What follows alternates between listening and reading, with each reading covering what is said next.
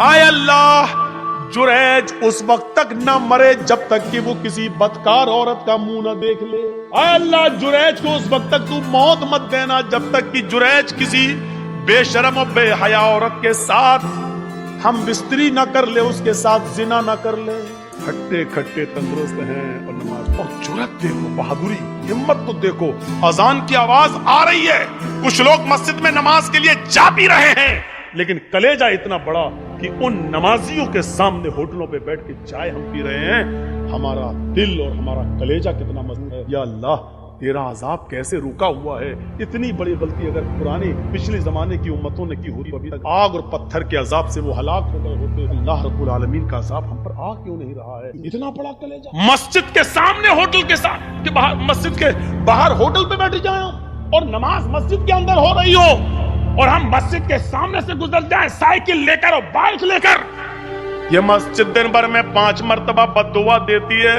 الہ العالمین ان لوگوں نے مجھے بنایا تو بڑی شان سے ہے، جلسے کرا کرا کے، چندے کر کر کے، سیمنٹ لے لے کے، بوریاں لے لے کر، اینٹیں لے لے کر ہمیں بنایا تو بہت اچھا ہے، خوبصورت بنا لیا، مینارہ بھی بنا دیا، بڑی عالی شان بنا دیا، لیکن الہ العالمین انہوں نے مجھے ویران کر دیا. بنانے کے بعد مجھے آباد نہیں کیا. اے اللہ انہوں نے میرا پیٹ نہیں بھرا. اللہ انہوں نے مجھے بنانے کے بعد میرے پاس نہیں آئے، میری گود میں نہیں آئے. اے اللہ جس طریقے سے انہوں نے مجھے بنانے کے بعد ویران کر دیا، اے اللہ تو ان کی زندگیوں میں ویرانی پیدا کر دے. اللہ جس طرح انہوں نے مجھے برباد کیا تو ان کو برباد کر دے. اللہ جس طریقے سے انہوں نے ہمیں بنا سوا کر درست کرنے کے بعد ہمیں بھلا دیا ہے، اے اللہ تو ان کو بھلا دے. میرے بھائیوں یہ مسجدوں کی کئی بد دعاؤں کا نتیجہ تو نہیں جو ہمارے حالات ہی ہیں. پہلے زمانے میں جب جنگیں ہوتی تھی نماز کا وقت ہو جایا کرتا تھا، بادشاہ نماز کی حالت میں بادشاہ جنگ کی حالت میں نماز کے لیے کھڑا ہو جاتا تھا. دوسرا بادشاہ یہ سمجھتا تھا کہ یہ کیا ہو رہا ہے، بتایا یہ نماز پڑھ رہے ہیں، اللہ کو یاد کر رہے ہیں، اللہ سے دعا کر رہے ہیں. وہ بادشاہ اپنی فوج لے کر بھاگ جاتا تھا یہ کہتے ہوئے کہ جو قوم تیروں اور تلواروں کہ سایوں میں بھی اپنے رب کو نہ بھولتی ہو تو اس کا رب اسے کیسے بھول جائے گا. جو قوم تلواروں کے سایوں میں پلی ہوئی ہو، تیروں تلواروں کے سایوں میں جو نماز ادا کر رہی ہو، ایسی پوزیشن میں بھی وہ اپنے رب کو بھول نہیں رہی ہو، اپنے رب کی عبادت کر رہی ہو، پھر اس کا رب ہمارے ساتھ کیا کرے گا اگر ہم نے ان کو اس پوزیشن میں مارا؟ وہ اپنی فوج، اپنے ہتھیار، اپنے گھوڑے، اپنا سارا ہتھیار وہیں پر ڈال کر بھاگ جایا کرتے تھے یہ کہتے ہوئے کہ اے اللہ والو ہم تمہارا مقابلہ نہیں کر سکتے، اے اللہ والو ہم تمہارا مقابلہ نہیں کر سکتے. میرے بھائیوں کل تک ہمارے یہ حالات تھے، آج ہمارے حالات یہ، ہماری مسجدوں میں نماز ہو رہی ہے لیکن کافروں کی بارات بجتی ہوئی جاتی ہے، ان کے بینڈ بجتے ہوئے جاتے ہیں، ان کے گانے بجتے ہوئے جاتے ہیں، لیکن ہماری اذان کی آواز یا نماز کی قرات بھی ہو رہی ہو تو ان کو کوئی فرق نہیں پڑتا. کیونکہ جب اذان اور نماز کے وقت ہم نے اپنی ٹی ویوں کو بند نہیں کیا ہے، جب ہم نے اپنے گھروں میں ٹی ویاں چلانا شروع کر دی تو پھر کافروں کے دلوں سے بھی ہمارا روب و دبدبہ نکل گیا، کافروں کے دلوں سے بھی ہمارا روب و دبدبہ ختم ہو گیا. کیوں ہوگا؟ ہم نے کافروں کے دلوں میں اپنی عزت بنائی کہاں ہے؟ کہاں بنائی ہے ہم نے اپنی عزت؟ غزوہ احزاب کا وہ موقع یاد کرو، صرف ایک نماز کی بس، وہ بھی اللہ کے رسول سے مطلب ایک نماز، اور وہ بھی چھوٹی نہیں تھی، بس صرف اس کا اصل وقت نکل گیا. غزوہ جنگ ہو رہی ہے، نام ہے اس غزوے کا غزوہ احزاب.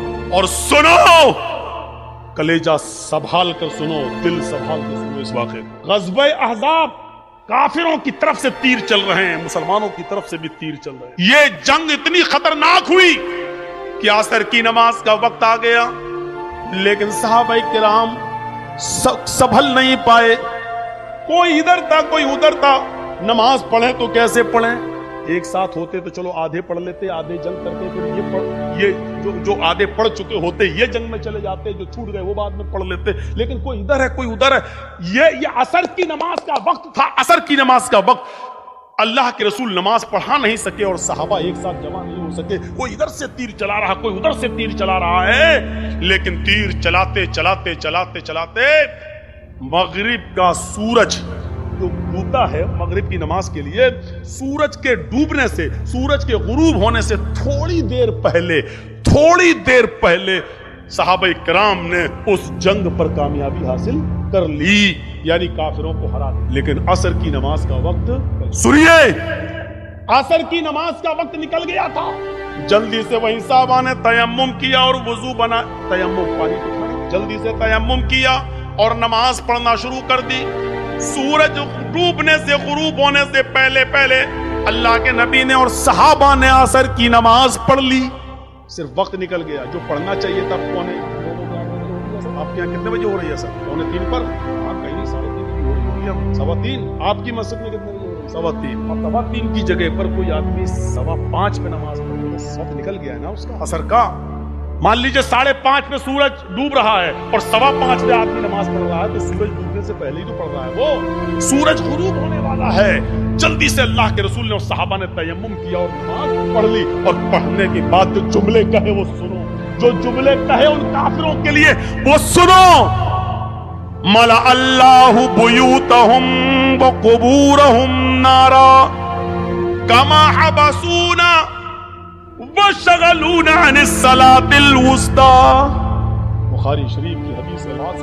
اللہ کے نبی فرماتے ہیں الہ العالمین, جن کافروں کی وجہ سے آج ہماری عصر کی نماز کا اول وقت نکل گیا, اے اللہ جن کافروں کی وجہ سے آج میری عصر کی نماز کا اصلی وقت نکل گیا, وقت پر ہم نماز نہیں پڑھ سکے, سورج ڈوبنے سے پہلے آج ہم نے عصر کی نماز پڑھی, اس کے ذمہ دار یہ کافر ہیں, یہ جنگ کرنے والے, ان کی وجہ سے میری عصر کی نماز کا وقت نکلا ہے.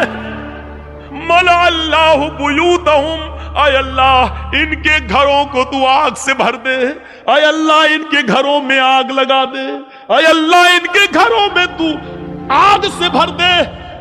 نماز کے وقت اپنے گھروں میں بیٹھنے والوں نبی اکرم کی اس بد دعا پر ذرا غور کرو.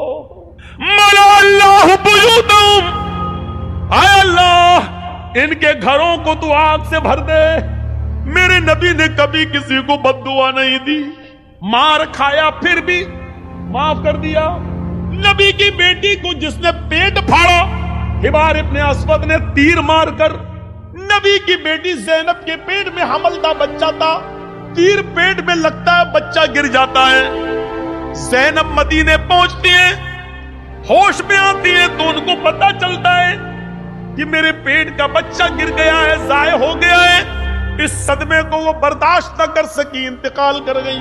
10 سال کے بعد جب حبار ابن اسود سامنے آیا اور مدینے میں اللہ کے نبی سے معافی مانگنے لگا کہ مجھے معاف کر دو, میں بھی مجرم ہوں اور آپ کی بیٹی کا قاتل ہوں.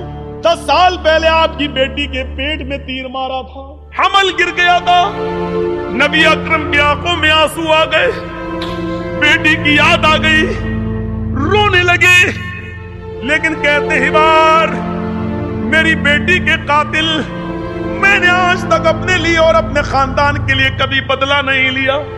آج تو نے معافی مانگی, جا میں نے تجھے بھی معاف کر دیا, جا جا جا حبار میری بیٹی کے قاتل, میں نے اپنی بیٹی کے قتل کا خون معاف کر دیا. وہ حمزہ جو نبی کا چچا اور ہندا نے پیٹ پھاڑا, ناک کاٹی, کان کاٹا, زبان کاٹی اور اسی میں دھاگا ڈال کر ناک کان زبان کا ہار بنا کر اپنے گلے میں پہنا. وہ ہندا جس نے حمزہ کا پیٹ پھاڑ کے کلیجہ نکالا اور چبایا, ہمت نہیں کر سکی اس کو کھانے کی تھوک دیتی ہے. کٹی ہوئی گردن, پھٹا ہوا پیٹ, نکلا ہوا کلیجہ, کٹی ہوئی ناک, کٹا ہوا کان, کٹی ہوئی زبان. یہ لاش جب نبی کے سامنے آئی تو آپ کی آنکھوں میں آنسو آ گئے اور کہا اے حمزہ قیامت تک جتنے بھی لوگ اللہ کی راہ میں قتل کیے جائیں گے یہ شہید ہوں گے، لیکن تو قیامت کے دن سید الشہداء بنا کر اٹھایا جائے گا، تمام شہیدوں کا سردار بنا کر اٹھایا جائے گا۔ ایسا حال کرنے والی ہندا جب نبی کے سامنے آئی تو آپ نے کہا کیا چاہتی ہو؟ معافی۔ آپ نے کہا ہندا جا میں نے تجھے بھی معاف کر دیا، او میرے چچا کی قاتل جا میں نے تجھے بھی معاف کر دیا، میری چچا کی لاش کو بگاڑنے والی جا میں نے تجھے بھی معاف کر دیا، لیکن انسان ہوں برا لگتا ہے، تو میرے سامنے مت آنا، کیونکہ جب تو میرے سامنے آئے گی تو مجھے چچا کی لاش یاد آ جائے گی۔ ہمارے نبی نے کبھی کسی کو بد دعا نہیں دی۔ طائف والوں نے اتنا مارا کہ سر پھٹ گیا، سر سے خون نکلا، پیروں پہ گرا، خون جم گیا، جوتے تک اتر نہیں پا رہے تھے اس جمے ہوئے خون کی وجہ سے۔ دو فرشتے آئے، اے اللہ کے نبی کہو تو ان طائف والوں کو دو پہاڑیوں کے بیچ میں پیس دوں۔ میں جب گیا تھا حج کی عمرے کے لیے تو میرے وہاں بہت پروگرام کرائے گئے، جدہ میں ہوئے، دمام میں ہوئے اور مکے میں ہوئے، مدینے میں ہوئے، تو ہم کو طائف بھی لوگ لے کر گئے اور وہ پہاڑی ہم کو دکھائی تھی طائف کے اندر، جس پہاڑی پر چڑھ کر کافروں نے نبی ان لوگوں نے بتایا کہ مولانا صاحب یہ وہ جگہ ہے، یہاں نبی کھڑے ہوئے، اس جگہ کو دیکھا ہے ہم نے اپنی آنکھوں سے، کافی اونچائی پر پتھر مار رہے، زور سے اونچائی سے پتھر ماریں گے اور وہ نبی کے سر لگے گا، فرشتے موجود، وہ دونوں پہاڑی جس کے بیچ میں طائف بسا ہوا ہے، اگر اس پہاڑی کو یہاں سے لایا جائے، اس پہاڑی کو یہاں سے لایا جائے اور دونوں کو ملایا جائے تو اس پہاڑی کے بیچ میں جتنے لوگ رہتے ہیں کب پس کے سرما بن جائے۔ فرشتوں نے کہا آپ کہیے تو ان طائف والوں کے دونوں پہاڑیوں کے بیچ میں لا کر پیس دیں، ان کو کچل دیں، ان کو ختم کر دیں، ان کو برباد کر دیں۔ تو اللہ کے رسول نے کیا کہا؟ فرشتوں نے دوبارہ کہا تو اللہ کے نبی نے فرمایا اللہم اہد قومی فإنہم لا یعلمون۔ آئے فرشتوں نہیں ان کو مارو نہیں، اللہ ان کو ہدایت دے گا اور انشاءاللہ ان کی پشت سے آنے والی نسلیں مسلمان ہوں گی، ان کی نسلیں کلمہ پڑھنے والی ہوں گی، مجھے نبی ماننے والی ہوں گی۔ اے اللہ تو ان کو ہدایت دے، یہ مجھے جانتی نہیں ہے کہ میں کون ہوں۔ آپ نے اس موقع پر بھی بدلہ نہیں لیا، دیکھ رہے ہیں آپ، بیٹی کے قاتل کو معاف کر رہے ہیں، بدلہ نہیں لے رہے ہیں، ہندا کو معاف کر رہے ہیں، انتقام نہیں لے رہے ہیں۔ طائف میں پتھر کھانے کے باوجود فرشتے پتھروں کا طائف والوں کو پیسنا چاہتے ہیں، لیکن نبی انتقام نہیں لے رہے ہیں، کہہ رہے ہیں اے اللہ تو ان کو ہدایت دے۔ مار کھا کر دعائیں دینے والے نبی، لیکن آج اصول دیکھو، جس نے کبھی بد دعا نہیں دی آج وہ بد دعا دے رہا ہے۔ کیا کہہ رہا ہے؟ ملا اللہ بیوتہم، اے اللہ ان کافروں کے گھروں کو آگ سے بھر دے، اس لیے کہ آج انہوں نے میری بیٹی کو قتل نہیں کیا، میرے چچا کا کلیجہ نہیں نکالا، ناک نہیں کاٹی، کان نہیں کاٹا، انہوں نے آج مجھے نہیں مارا، بلکہ آج ان کی وجہ سے عصر کی نماز کا وقت نکلا۔ غور کرو، بیٹی کو مارا تو اس کو معاف کر دیا، چچا کا کلیجہ نکال کے کھانے والی کو معاف کر دیا، لیکن جن کی وجہ سے عصر کی نماز چھوٹ گئی، وقت پر نہیں پڑھ سکے، ان کو معاف نہیں کر رہے۔ اللہ کے نبی کہہ رہے ہیں ملا اللہ بیوتہم، اے اللہ ان کے گھروں کو تو آگ سے بھر دے، اور جب یہ مر جائیں آگ میں، اور جب ان کی قبروں، جب ان کو دفن کیا جائے قبروں میں، تو قبورہم، اے اللہ مرنے کے بعد بھی ان کو بخشنا نہیں، ان کی قبروں میں بھی آگ لگا دینا۔ کتنی ڈینجر بد دعا ہے۔ اندازہ لگاؤ، نماز جن کی وجہ سے چھوٹ رہی ہے وہ بھی سوچ، درجی صاحب نماز پڑھتے ہیں، نماز کا وقت ہو رہا ہے، مسجد میں جا رہے ہیں، اور آپ نماز کے وقت میں اپنے گھر میں ناشتہ کرانے لے جا رہے ہیں، تو اس کا مطلب یہ ہے کہ آپ کی وجہ سے نماز چھوٹ رہی ہے، آپ سبب بن رہے ہیں۔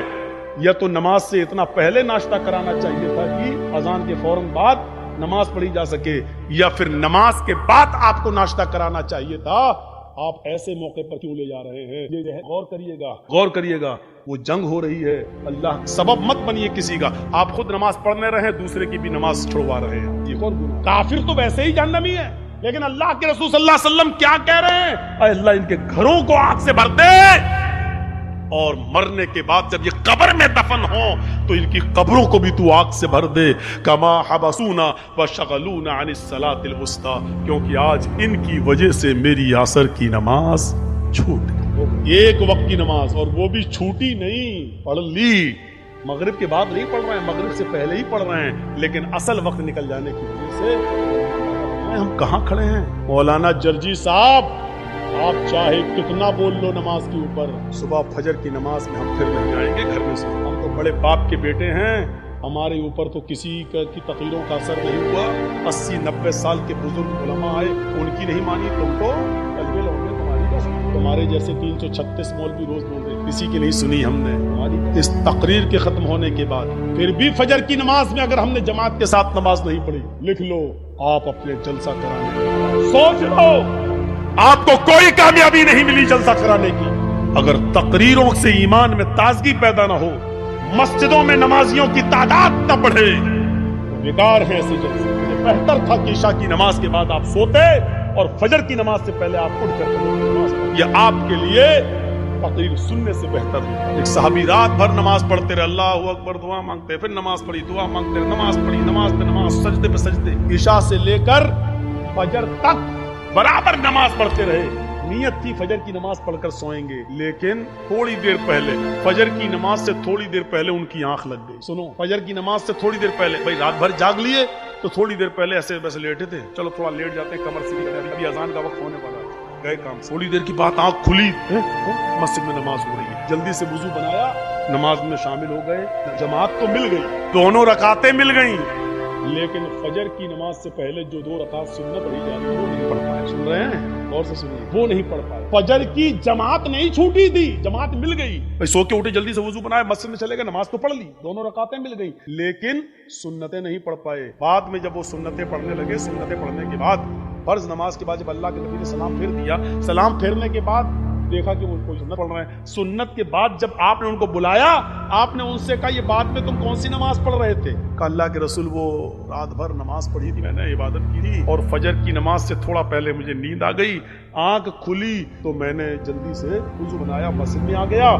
جماعت کھڑی تھی تو جماعت کے ہوتے ہوئے ہم نے سنت نہیں پڑھی، پہلے جماعت پڑھ لی، بعد میں پڑھ لی. تو اللہ کے رسول نے جواب دیا، وہ سنیے. آپ نے فرمایا کاش تو پوری رات آرام سے سوتا، کاش تو پوری رات عشاء کی نماز کے بعد سے لے کر فجر تک آرام سے سوتا، گہری نیند میں سوتا، لیکن فجر کی نماز سے پہلے اٹھ کر وضو بنا لیتا اور فجر کی نماز سے پہلے 2 رکعت سنت پڑھ لیتا. اللہ کی قسم، فجر سے پہلے 2 رکعت سنت اگر پڑھ لیتا تو یہ 2 سنتیں تیرے لیے رات بھر کی عبادت سے زیادہ بہتر. فجر کی نماز سے پہلے 2 رکعت سنت تمہاری رات بھر کی عبادت سے زیادہ بہتر ہوتی. کیوں جاگے تم رات بھر؟ یعنی ایسی عبادت سے کیا فائدہ کہ جلسہ سنو 12 بجے تک، 1 بجے تک، اور سوتے سوتے 2 بج جائے، اور فجر کی نماز میں جب آپ اٹھ نہ سکے اور مسجد میں نہ جا سکیں، تو ایسے جلسوں سے کیا بند ہونی چاہیے ڈرامے. جو جلسے لوگوں کو نمازی نہ بنا سکے، جو تقریریں لوگوں کے دلوں میں ایمان تازہ نہ کر سکے، وہ نوٹنکیاں، وہ لیلا مجنون کی کہانیاں ہیں.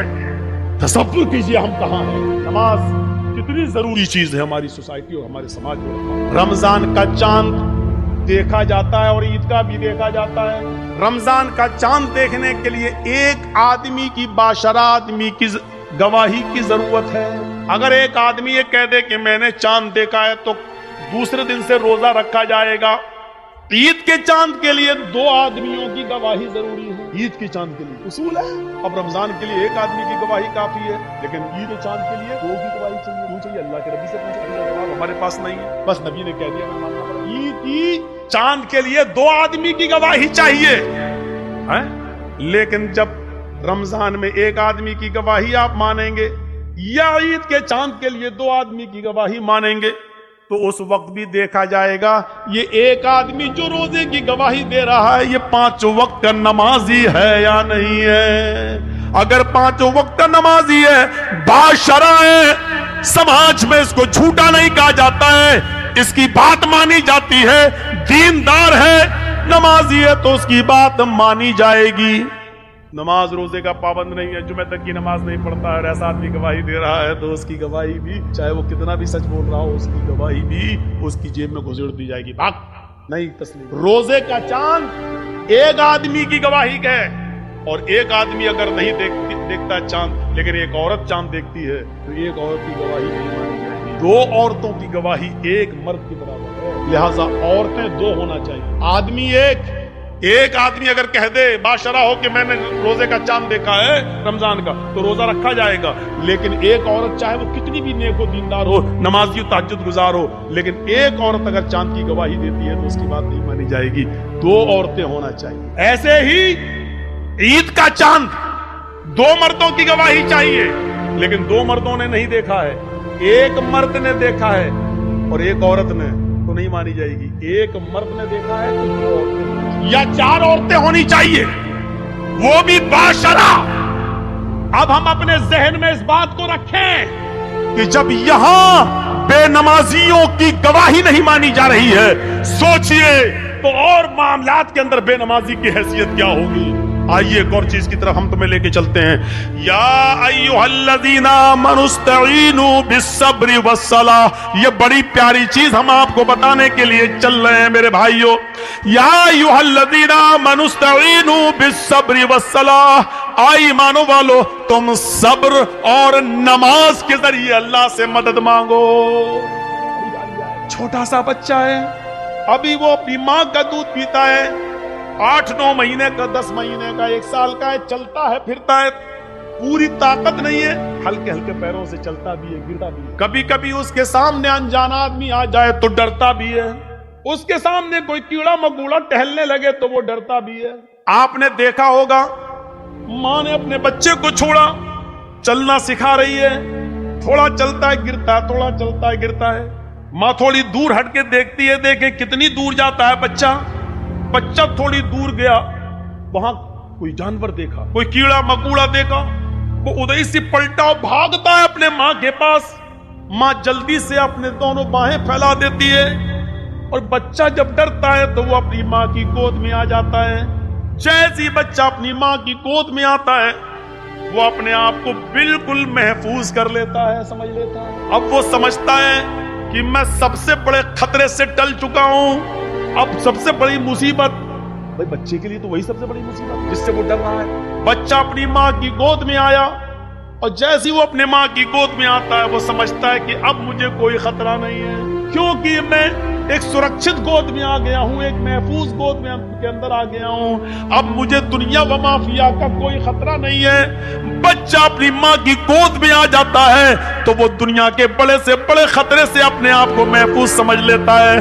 قرآن یہی فرما رہا ہے، لوگو نماز یہ ماں کی گود ہے، تمہارے لیے بڑے سے بڑے خطرے جب تمہارے سامنے آئیں، بڑی سے بڑی مصیبتیں جب تمہارے سامنے آئیں، بڑے سے بڑے خوفناک مرحلے جب تمہارے سامنے آئیں تو تم نماز کی آغوش میں آ جاؤ، نماز کی گود میں آ جاؤ۔ جب تم مسجد میں آ جاؤ گے، نماز کی آغوش میں آ جاؤ گے تو تم اس خطرے سے محفوظ ہو گئے۔ نماز اپنے نمازی کو اپنی گود میں ایسے لے لیتی ہے جیسے ماں اپنی گود میں اپنے بچے کو لے لیتی ہے، جیسے بچہ ماں کی گود میں آ کر اپنے آپ کو محفوظ سمجھ لیتا ہے، ایسے ہی نمازی نماز کے اندر اپنے آپ کو محفوظ سمجھ لیتا ہے۔ ایک صحابی ہیں، جنگ ہو رہی ہے، نماز کا وقت ہو جاتا ہے، نماز کے وقت ہی میں ابو داؤد شریف کی روایت ہے، ایک تیر آتا ہے اور تیر آتے ہی ان کی پیٹھ میں لگتا ہے۔ اور سوچو تیر کسی کی پیٹھ میں لگ جائے اور نماز کے اندر لگ جائے، لگی، ہاتھ بندھے ہوئے ہیں، تیر پیچھے لگتا ہے، خون بہنے لگتا ہے اور ٹپکنے لگتا ہے، لیکن انہوں نے قرآن پڑھنا بند نہیں کیا، پوری نماز پڑھ لی۔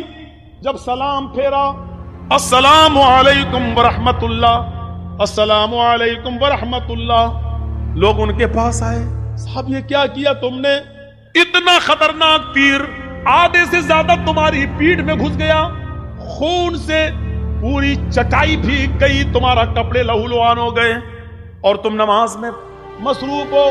اس صحابی نے جواب دیا، جب میں نماز پڑھ رہا تھا اللہ کی قسم میری پیٹھ میں کب تیر لگا مجھے پتا ہی نہیں چلا، اس لیے کہ میں سورہ کہف کی تلاوت کر رہا تھا اور سورہ کہف کی تلاوت کرتے ہوئے مجھے اتنا مزہ آ رہا تھا، اتنا انجوائے مل رہا تھا۔ سورہ کہف کی تلاوت نے مجھے تیر کی تکلیف بھلا دیا، مجھے پتہ ہی نہیں چل رہا ہے کہ مجھے تیر لگا ہے۔ یہ تو تم ابھی بتلا رہے ہو کہ مجھے تیر لگا ہے، اب دیکھ رہا ہوں کہ یہ خون لے، مجھے تو احساس ہی نہیں ہوا۔ غور کیجئے کتنا بڑا خطرہ تھا تیر کا لگنا، اور ان کو پتہ ہی نہیں، کیونکہ وہ نماز کی گود میں تھے، نماز کی آغوش میں تھے۔ سوچو میرے پیارے ساتھیو، آج ہماری بھی نمازیں ہیں، ہم پڑھتے ہیں اور ایک چھوٹا سا مچھر کاٹ لے تو ہم جلدی سے گال مسلنے لگتے ہیں، مچھر مارنے لگتے ہیں، اس لیے کہ ہمیں قرآن کی تلاوت میں مزہ ہی نہیں آتا ہے۔ وہ کہہ رہے ہیں کہ ہم ایسے سورہ کہف پڑھ رہے تھے، سورہ کہف کی تلاوت میں مجھے اتنا مزہ آ رہا تھا، اتنا انجوائے آ رہا تھا کہ مجھے پتہ ہی نہیں چلا کہ مجھے کب تیر لگا۔ یا ایھا الذین آمنوا استعینوا بالصبر والصلاۃ، ایمانو والو تم صبر اور نماز کے ذریعے اللہ سے مدد مانگو، صبر اور نماز کے ذریعے اللہ سے مدد مانگو، صبر اور نماز کے ذریعے صبر کرو اور نماز آغوش میں آ جاؤ نماز کی۔ اور جب تم مانگو تو اللہ جب نماز پڑھو گے تو اللہ تمہاری سب سنے گا۔ ایسا بھی ہو سکتا ہے کہ نماز کے بعد تم کچھ مانگ رہے ہو اور اللہ نہیں دے رہا ہے، ہو سکتا ہے، تو اس میں گھبرانا نہیں چاہیے۔ نماز بھی پڑھ رہے ہو، دعا بھی مانگ رہے ہو، یا ربی یا ربی یا ربی، اللہ مجھے یہ دے، مجھے یہ دے، مجھے یہ دے، لیکن نہیں مل رہا ہے، اس کا یہ مطلب نہیں کہ آپ کی نمازیں قبول نہیں ہو رہی، اس کا یہ بھی مطلب نہیں کہ اللہ آپ سے ناراض ہے۔ کبھی ایسا مت سوچنا، نہیں دے رہا ہے تو وہ جانتا ہے کہ کیوں نہیں دے رہا ہے، اس کی مرضی ہے، اسی میں بھلائی ہو سکتی ہے۔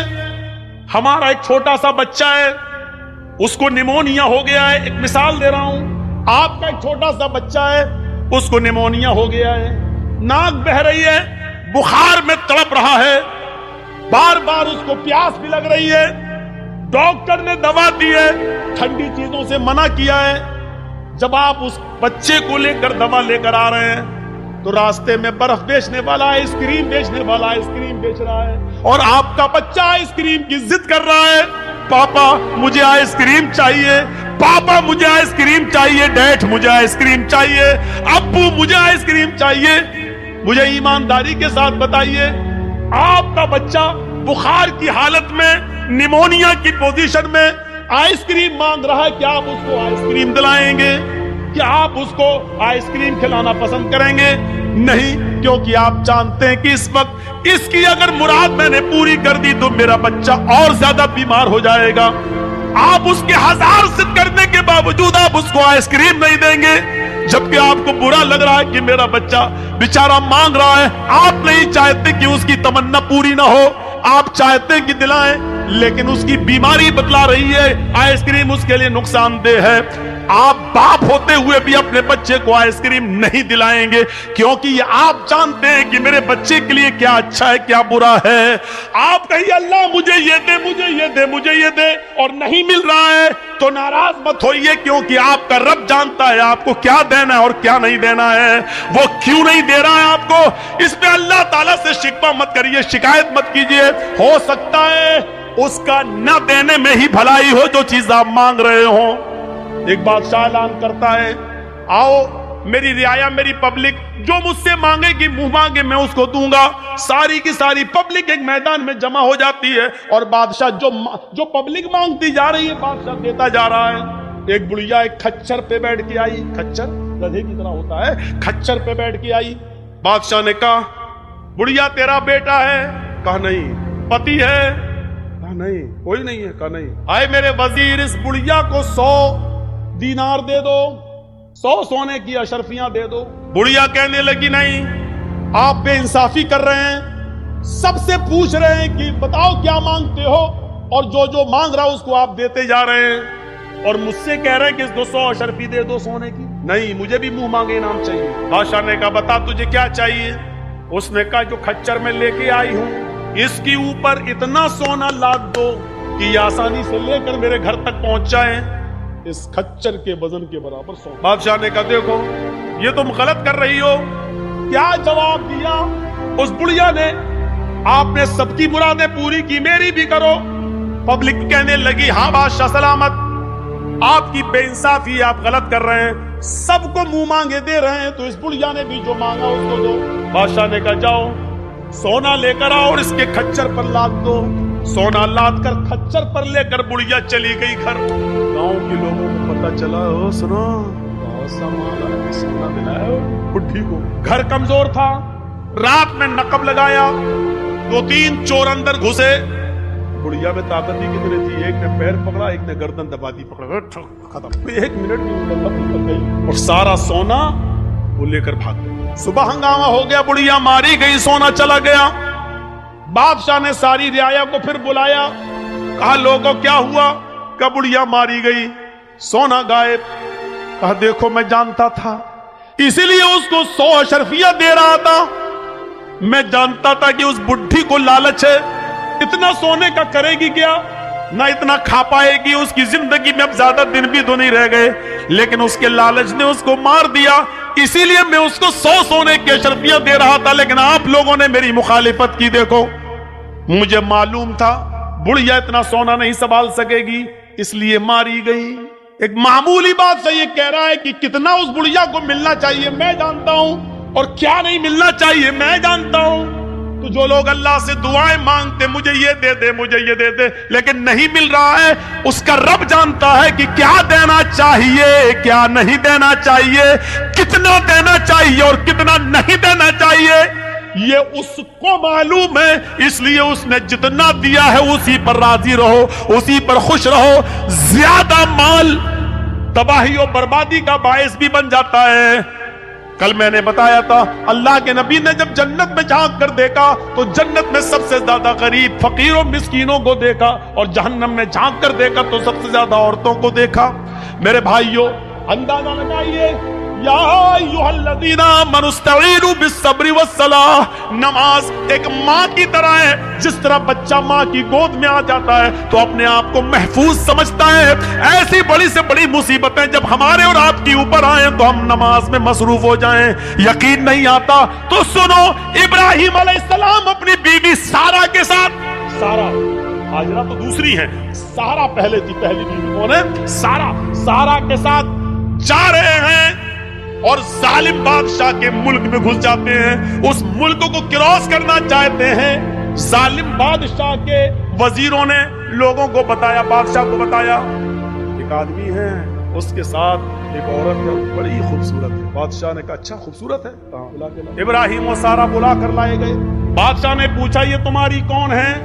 ابراہیم علیہ السلام نے فرمایا یہ میری بہن۔ ابراہیم علیہ السلام نے یہ سن رکھا تھا کہ اس بادشاہ کو اگر یہ کہہ دیا جائے کہ یہ میری بہن ہے تو بھائی کے ساتھ جب بہن کو دیکھتا ہے تو وہ پھر ہاتھ نہیں لگاتا ہے، چھوڑ دیتا ہے، تو کہہ دیا کہ بہن ہے، یہ جھوٹ نہیں۔ ابراہیم علیہ السلام نے جب یہ کہا کہ یہ میری بہن ہے تو اس حیثیت سے کہا کہ ساری دنیا کے مسلمان آپس میں بھائی ہیں اور ساری دنیا کی عورتیں بہن ہیں، ایمانی رشتے سے ان کو اپنا بہن دل میں، ایمانی رشتے سے نہیں دیکھتا، ہر کوئی ایک دوسرے کا بھائی، ایک دوسرے کی بہن۔ کیونکہ خوبصورت اتنی تھی حضرت سارہ کی بہن کہنے کے باوجود اس نے کہا ان کو کہیں لے جاؤ اور سارہ کو ذرا ہمارے دربار میں لے کے آؤ۔ ابراہیم علیہ السلام اپنی بیوی سے کہتے ہیں جاؤ۔ ابراہیم علیہ السلام کو ایک جگہ روک دیا جاتا ہے، سارہ کو اکیلے لے جایا جا رہا ہے، اور جب بادشاہ کے خلوت میں، بادشاہ کی تنہائی میں سارہ کو کر دیا جاتا ہے تو بادشاہ نے سارہ نے دعا مانگی، الہ العالمین میں اپنے شوہر ابراہیم کی امانت ہوں اور آج تک میں نے تیرے دین کی کبھی مخالفت نہیں کی ہے، اے اللہ اس ظالم بادشاہ سے میری عزت و آبرو کی حفاظت فرما۔ یہ کہہ کر بادشاہ نے جب اس سارہ کے اوپر اپنا ہاتھ بڑھایا تو سارہ کی دعا رنگ لائی، اور سینے کے پاس آتے آتے ہاتھ رک گیا، نہ آگے بڑھ رہا ہے، نہ پیچھے ہٹ رہا ہے، نہ نیچے ہو رہا ہے، نہ اوپر جا رہا ہے، یہیں پر آ کر شل ہو جاتا ہے۔ جیسے یہ سارہ علیہ السلام ہے اور یہ ان کے سینے کا حصہ ہے، ایسے اس پہ پکڑ کے ہاتھ مارا، یہ بس یہاں پر رک گیا، اب نہ آگے بڑھ رہا، نہ پیچھے ہٹ رہا، نہ ادھر ہو رہا نہ ادھر ہو رہا۔ چیخ کر کہتا ہے سارہ تیرے پاس کوئی خدائی طاقت ہے جو میرے ہاتھ کو مضبوطی کے ساتھ پکڑے ہوئے ہے، اللہ سے دعا کر، میں وعدہ کرتا ہوں کہ میں تجھے ہاتھ نہیں لگاؤں گا۔ حضرت سارہ نے دعا کی اور بادشاہ کا ہاتھ صحیح ہو گیا، پھر نیت خراب ہو گئی، اس کو پتہ نہیں، ہو سکتا ہے آٹومیٹک ہو گیا ہو، اس نے دوبارہ ہاتھ بڑھایا تو دوبارہ پھر ہاتھ وہیں پر رک گیا، حضرت سارہ کے شل ہو گیا، نہ آگے نہ پیچھے نہ دائیں نہ بائیں۔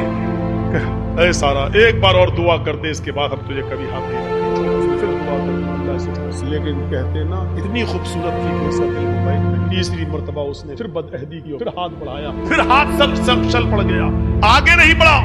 کہتا ہے کہ میں قسم کھاتا ہوں اپنے رب کی، جس کو وہ رب مانتا تھا، میں اپنے معبود کی، اپنے خدا کی قسم کھا کے کہتا ہوں اب ہاتھ نہیں لگاؤں گا، مجھے آخری بار معاف کر دے اور دعا کر۔ سارا نے پھر دعا کی اور اپنی لونڈی جانتے ہو خادمہ، خدمت کرنے، جو اس بادشاہ کی لونڈی تھی خادمہ، خدمت کرنے والی ہاجرہ، اس نے وہ لونڈی سارا کو دے دی کہ یہ تم لے جاؤ اور یہ تمہارے راستے میں کام آئے گی، اس کو میں تمہیں دے رہا ہوں بطور گفٹ۔ حضرت سارا جب ہاجرہ کو لے کر آئی تو پوچھا کہ میرے شوہر ابراہیم کہاں ہیں؟ بادشاہ کی پولیس، بادشاہ کی فوج جب حضرت سارا کو ابراہیم علیہ السلام کے پاس لے کر گئے تو حضرت سارا کیا دیکھتی ہے کہ ابراہیم علیہ السلام نماز میں مصروف ہیں، نماز پڑھ رہے ہیں۔ مسلم شریف کی حدیث ہے، وہ نماز میں مصروف ہیں، نماز پڑھ رہے ہیں اور نمازی میں یہ دعا کر رہے ہیں کہ اللہ میری بیوی کی حفاظت فرما، اللہ میری بیوی کی حفاظت فرما، اللہ ظالم بادشاہ کے ظلم سے ہماری بیوی کو بچا لے۔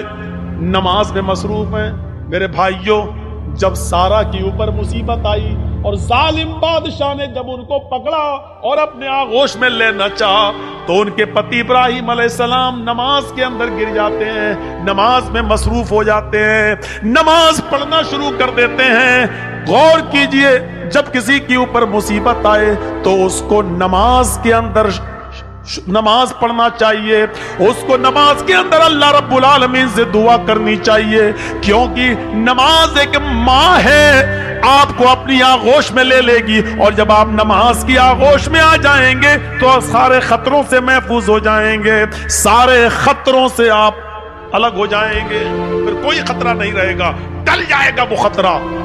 آپ کو یاد ہوگا، صحیح بخاری کی روایت ہے، بنی اسرائیل میں ایک نوجوان تھا، نام تھا اس کا جریج، بہت نیک عبادت کرنے والا، بڑا اللہ والا، بڑا نمازی۔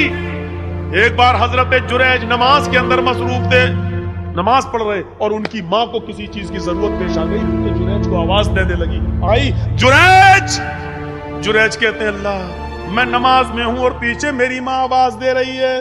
جریج یہ کہتے ہیں اللہ میں کیا کروں، میں نماز میں اور میری ماں پیچھے آواز دے رہی ہے۔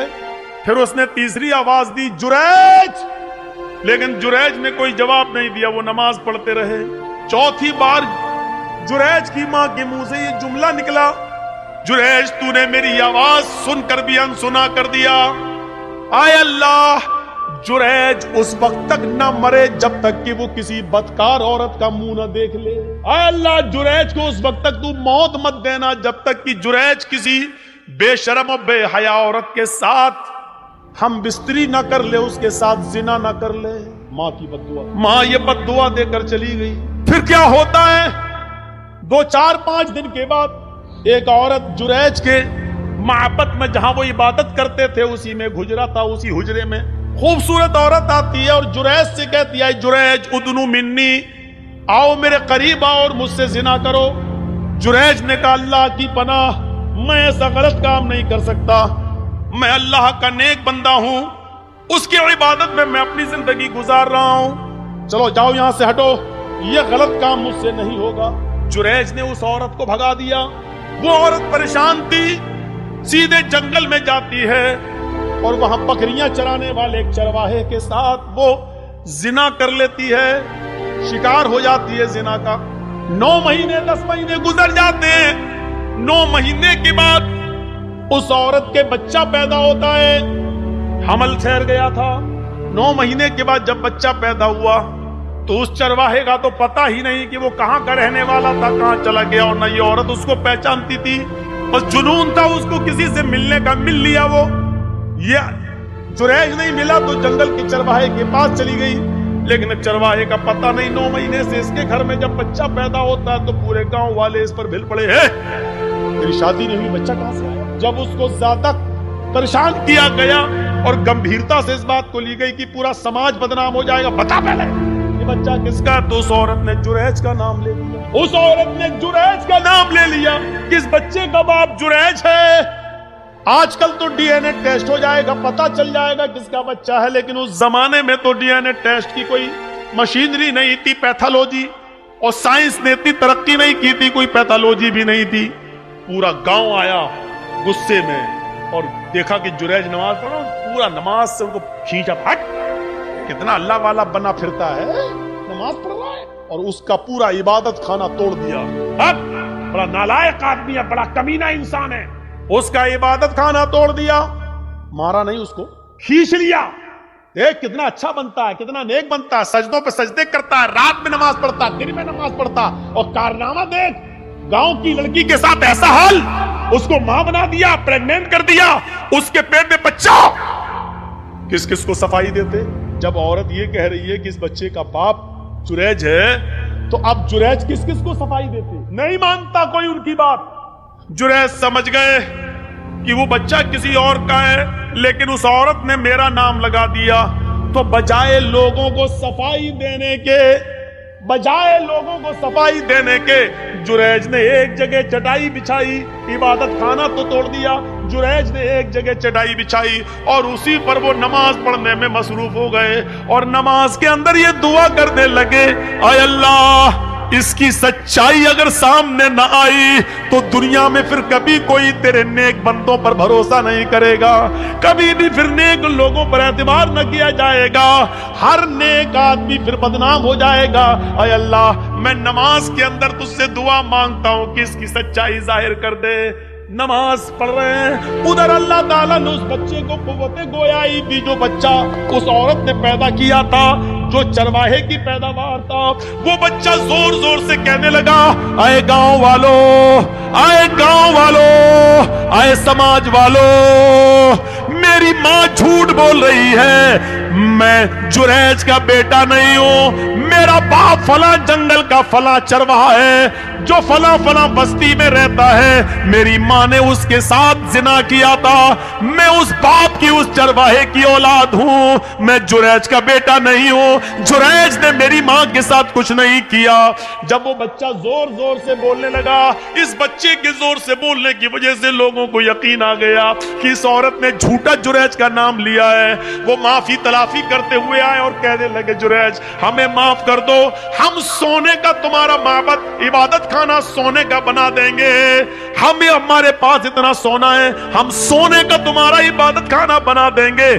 جریج نے کہا نہیں نہیں, جس طرح مٹی کا پہلے بنا ہوا تھا اسی طریقے کا بنا دو, سونے کی عبادت خانے کا ہم کیا کریں گے, ہمیں تو نماز ہی تو پڑھنا ہے, اور کرنا ہی کیا ہے. میرے بھائیوں, حضرت جریج کے اوپر جب مصیبت آتی ہے, اور اتنی بڑی مصیبت کہ نیک آدمی کے اوپر زنا کا الزام لگ رہا ہے, تو حضرت جریج صفائی پیش نہیں کرتے ہیں, بلکہ نماز کی آغوش میں چلے جاتے ہیں, نماز کے دامن میں چلے جاتے ہیں, نماز پڑھنا شروع کر دیتے ہیں, اور اسی نماز کے اندر دعا مانگ رہے ہیں. اللہ نے کہا, یا ایھا الذین آمنوا استعینوا بالصبر والصلاۃ, جب تمہارے اوپر مصیبت آئے تو صبر اور نماز کے ذریعے اللہ سے مدد مانگو. جریج نے صبر کیا گاؤں والوں کے عبادت خانہ توڑنے پر, اور نماز کے ذریعے اللہ سے مدد مانگی ہے. میرے بھائیوں, نماز بڑی سے بڑی مصیبتوں کو دور کر دیتی ہے. نماز, جب آپ کے اوپر بہت بڑی کوئی مصیبت آئے تو فوراً وضو بناؤ اور نماز کی آغوش میں چلے جاؤ. 313 صحابہ, 1000 کا لشکر کافروں کا جنگ بدر میں, اللہ کے نبی نے جب یہ کنڈیشن دیکھی تو آپ سمجھ گئے کہ یہ ہتھیاروں سے لیس ہمارے پاس کچھ نہیں, آج کیا ہوگا. تو آپ نماز پڑھنے لگے اور سجدے میں یہ دعا کرنے لگے, اللہم لا تہلک ھذہ العصابہ ان تہلک ھذہ العصابہ لن تعبد بعد اليوم قط. اے اللہ, آج اگر یہ مٹھی بھر جماعت ہلاک ہو گئی, آج یہ 313 صحابہ اگر مٹ گئے, ہلاک ہو گئے, تو اس روئے زمین کے اوپر پھر کبھی تیری عبادت نہ ہو سکے گی, اس روئے زمین کے اوپر پھر کبھی کوئی تیرا نام لینے والا نہ ہوگا. اے اللہ ان 313 صحابہ کی حفاظت فرما, یہ 1000 کافروں کا لشکر ہے.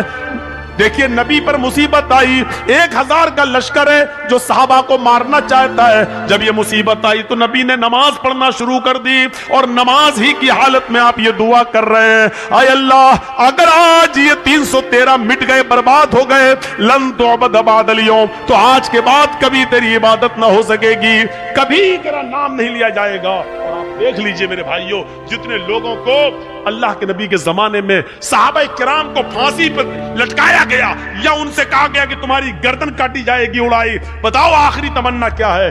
تو ان لوگوں نے آخری تمنا جب بتائی تو یہ نہیں کہا مجھے میری ماں سے ملوا دو، یہ نہیں کہا مجھے میرے باپ سے ملوا دو، یہ نہیں کہا مجھے میرے بیوی سے یا بیٹے سے ملوا دو۔ جب ان سے پوچھا جاتا تمہاری آخری تمنا کیا ہے تو وہ کہتے ہیں مجھے 2 رکعت نماز پڑھنے کی مہلت دے دو، مجھے 2 رکعت نماز پڑھنے کا موقع دے دو بس۔ اور وہ ہلکی نماز پڑھتے 2 رکعت تاکہ دشمن یہ نہ سمجھے کہ میں لمبی نماز اس لیے پڑھ رہا ہوں تاکہ موت سے بچ جاؤں یا موت کے ڈر سے میں لمبا کر رہا ہوں۔ وہ چھوٹی چھوٹی اور ہلکی ہلکی نماز پڑھ لیا کرتے تھے۔ نماز مصیبتوں کو اور پریشانیوں کو دور کرتی ہے میرے بھائیوں۔ جب آپ کے پاس کوئی مصیبت کوئی پریشانی آئے فوراً نماز کی آغوش میں چلے جاؤ اور نماز کے بعد یا نماز میں دعا مانگو اللہ تعالیٰ سے کہ بار الہ تو ہماری خطاؤں کو معاف فرما دے، بار الہ اس مصیبت کو تو ہمارے اوپر سے ہٹا دے اور دور کر دے۔ میرے بھائیوں، نماز انسان کے لیے ویسے ہی ہے جیسے ماں کی گود بچے کے لیے ہے۔ بچہ جب ڈرتا ہے تو ماں کی گود میں آتا ہے تو اپنے آپ کو محفوظ سمجھتا ہے۔ آپ جب نماز پڑھیں گے تو اپنے آپ کو محفوظ سمجھیں گے۔ یہ بس ہو گیا ہے، مجھے نکلنا ہے، جو ٹرین مجھے پکڑنی تھی وہ آج کینسل ہو گئی ہے۔ میرے بھائیوں، میں نے پر وقت فلائٹ کا ٹکٹ کلکتہ سے نکالا ہے، مجھے لکھنؤ جانا ہے اور کلکتہ تک بھی مجھے 8 بجے تک پہنچنا ہے۔ اس لیے ہم اللہ سے دعا کرتے ہیں کہ بار الہ تو ہماری خطاؤں کو معاف فرما دے، گناہوں کو بخش دے، جمیع مسلمانوں پر رحم فرما، ہم سب کو پکا سچا نمازی بنا دے۔ اے اللہ، جب مصیبتیں آئیں تو نماز کی آغوش میں ہمیں جانے کی توفیق عطا فرما۔ پوچھا کہ یہ کیا ہے؟ کہا دودھ ہے۔ کہاں سے لائی ہو؟ بیت المال سے لائی ہو۔ کس کے لیے لائی ہو؟ آپ کی بیوی اپنی مالکن کے لیے لائی ہو۔ 5-6 دن سے وہ کچھ کھایا نہیں ہے، پیٹ میں حمل ہے، بچہ ہے۔ جب تک ماں کچھ کھائے گی نہیں بچہ زندہ کیسے رہے گا؟ اگر اس کو کچھ ملے گا نہیں تو بچہ مر جائے گا۔ عمر ابن عبدالعزیز نے وہ دودھ کا پیالہ چھین لیا۔ ان کی بیوی کہتی ہے میرے پیارے شوہر، میرا خیال مت کیجیے، کم سے کم اس بچے کا جو میرے پیٹ میں پل رہا ہے اس بچے کا خیال کر لیجیے۔ عمر ابن عبدالعزیز نے کہا نہیں، یہ دودھ میرا نہیں ہے، بیت المال سے لایا گیا ہے، سارے مسلمانوں سے اس کی اجازت لینا پڑے گی، ان کی اجازت لیے بغیر یہ دودھ تمہارے لیے حرام ہوگا۔ بیوی نے کہا جب تنخواہ ملے تو بعد میں جمع کر دینا اتنا دودھ، ابھی اگر مجھے یہ دودھ نہیں ملا تو یہ آپ کی امانت جو میرے پیٹ میں پل رہی ہے یہ بچہ کہیں گر نہ جائے، مر نہ جائے۔ عمر ابن عبدالعزیز دودھ کا پیالہ ہاتھ میں لے کر کہتے ہیں میری بیوی اپنے اس پیٹ کی بچی کو میرا یہ پیغام پہنچا دو، میرا یہ میسج دے دو کہ اگر مسلمانوں کی امانت میں خیانت کر کے حرام کا ایک پیالہ دودھ اگر اس کو دے دیا جائے، تمہیں پلا دیا جائے اور اس سے اگر یہ میرے بیٹے کی زندگی بچ رہی ہے اور اگر نہ دیا جائے تو مر رہا ہے، اگر حرام کا ایک پیالہ دودھ پینے سے میرے بیٹے کی زندگی بچ رہی ہے تو اپنے پیٹ کے اس بچے سے کہہ دو کہ مجھے یہ زندگی نہیں چاہیے، بیٹا اگر تو مرتا ہے تو مر جا، تیرا مر جانا گوارا ہے، لیکن بیت المال سے ایک پیالہ دودھ لینا اور حرام کا ایک پیالہ دودھ پلانا گوارا نہیں ہے۔ اپنی اولاد کا مر جانا گوارا کر لیا لیکن اسلام کے اصول کو توڑنا گوارا نہیں کیا۔ یہ ہوتی ہے اسلام سے محبت۔ قرآن کہتا ہے یا ایھا الذین آمنوا ادخلوا فی السلم کافہ، ایمانوں والو تم اسلام کے اندر پورے کے پورے داخل ہو جاؤ۔ ایمانداری کے ساتھ بتائیے نارائن پور والو، اسلام کے طرف پورے کے پورے داخل ہیں۔ ایک پیالہ دودھ اس عورت کو اس بیوی کو نہیں پلا رہے کہ جس کے پیٹ میں بچہ ہے اور معلوم ہے کہ اگر نہیں 1-2 دن اور بھوکی رہ گئی میری بیوی تو بچہ مر جائے گا، معلوم ہے، لیکن اس کے باوجود نہیں ملا ہے۔ ہم کہاں کھڑے ہیں، ہماری حیثیت کیا ہے، ہماری اوقات کیا ہے، نظریں ڈالیں ان چیزوں پر، کتنا % اسلام اور ایمان ہمارے اندر ہے۔ اور ایک بات بتا دوں، جب ایمان کسی کے اندر گھس جائے تو پھر وہ کسی چیز کی پرواہ نہیں کرتا، اس کو معلوم ہے کہ طاقت کیا ہے۔ کبھی آپ نے دیکھا ہے